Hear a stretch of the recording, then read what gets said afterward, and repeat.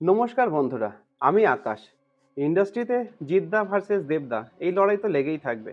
Cinema আসলেই বোঝা যায় কে আসলে বড় অ্যাক্টর, প্রমাণ করে দেয়। তো আপনি কার ফ্যান, দেবদা না আমাদের জিদ্দা? সেটা আমাকে কমেন্টে জানাবেন। আজকে কথা বলবো ১৪ই আগস্ট যে মুক্তি পেয়েছে, কেউ বলে বিপ্লবী, কেউ বলে ডাকাত। এই সিনেমাটা কেমন হলো?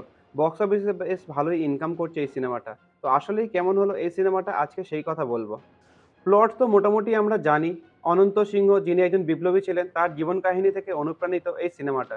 এখানে মূলত ২ টো টাইমলাইন দেখানো হয়েছে। একটা ১৯৩০ এর দশক মানে দেশ স্বাধীনের আগে, আরেকটা ১৯৬০ দশক মানে দেশ স্বাধীনের পরে। ১৯৩০ এর দশক যেটা দেখানো হয় সেখানে মাস্টারদা সূর্য সেনের সাথে অস্ত্রাগার লুণ্ঠন করছে।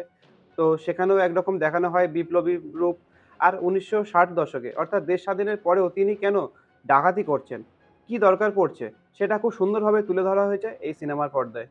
দেখানো হয় কলকাতা শহরে একের পর এক ব্যাংক ডাকাতি হচ্ছে। তো সিস্টেমের বিরুদ্ধে কেন তিনি গিয়ে এই ব্যাংক ডাকাতিগুলো শুরু করলেন, সেটাকে খুব সুন্দরভাবে দেখানো হয়েছে এই সিনেমার পর্দায়। ইতিহাস তাকে কখনো চেনে হিরো রূপে, আবার কখনো তাকে চেনে ভিলেন রূপে। যে যেরমভাবে তাকে দেখবে। এখানে আমাদের জিদ্দার ৯ টা বিভিন্ন লুক দেখানো হয়েছে। তার যে তেজি, রাগ, ছোটবেলার যে একটা লুক অর্থাৎ ১৯৩০ দশকের যে লুক তরুণ, সেটাকে খুব সুন্দরভাবে দেখানো হয়েছে। আর বয়স বাড়ার পরে যে বৃদ্ধ অসহায় অবস্থা দেখানো হয়েছে, সেটাকেও খুব সুন্দরভাবে এই পর্দায় কিন্তু তুলে ধরা হয়েছে। কমার্শিয়াল মাস অ্যাকশন থেকে বেরিয়ে এসে এরকম সিরিয়াস লুকে জিদ্দার অভিনয়, আমার তো মনে হলো তার কেরিয়ারের সেরা অভিনয় এটা, সেরা কাজ এটা। আরেকটা যেটা বলবো সিনেমাটোগ্রাফি অর্থাৎ ১৯৩০ এর দশক, ১৯৬০ এর দশক মানে ব্যাকগ্রাউন্ড বা সিনেমাটোগ্রাফি যেটাকে দেখানো হয়েছে, খুব সুন্দর।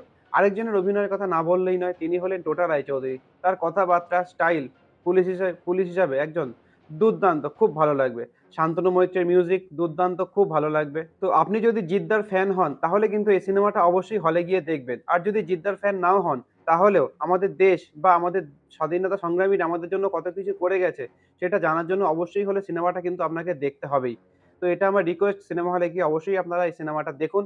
আমার মতে সিনেমাটা আপনার বেশ ভালো লাগবে, খুব ভালো লাগবে।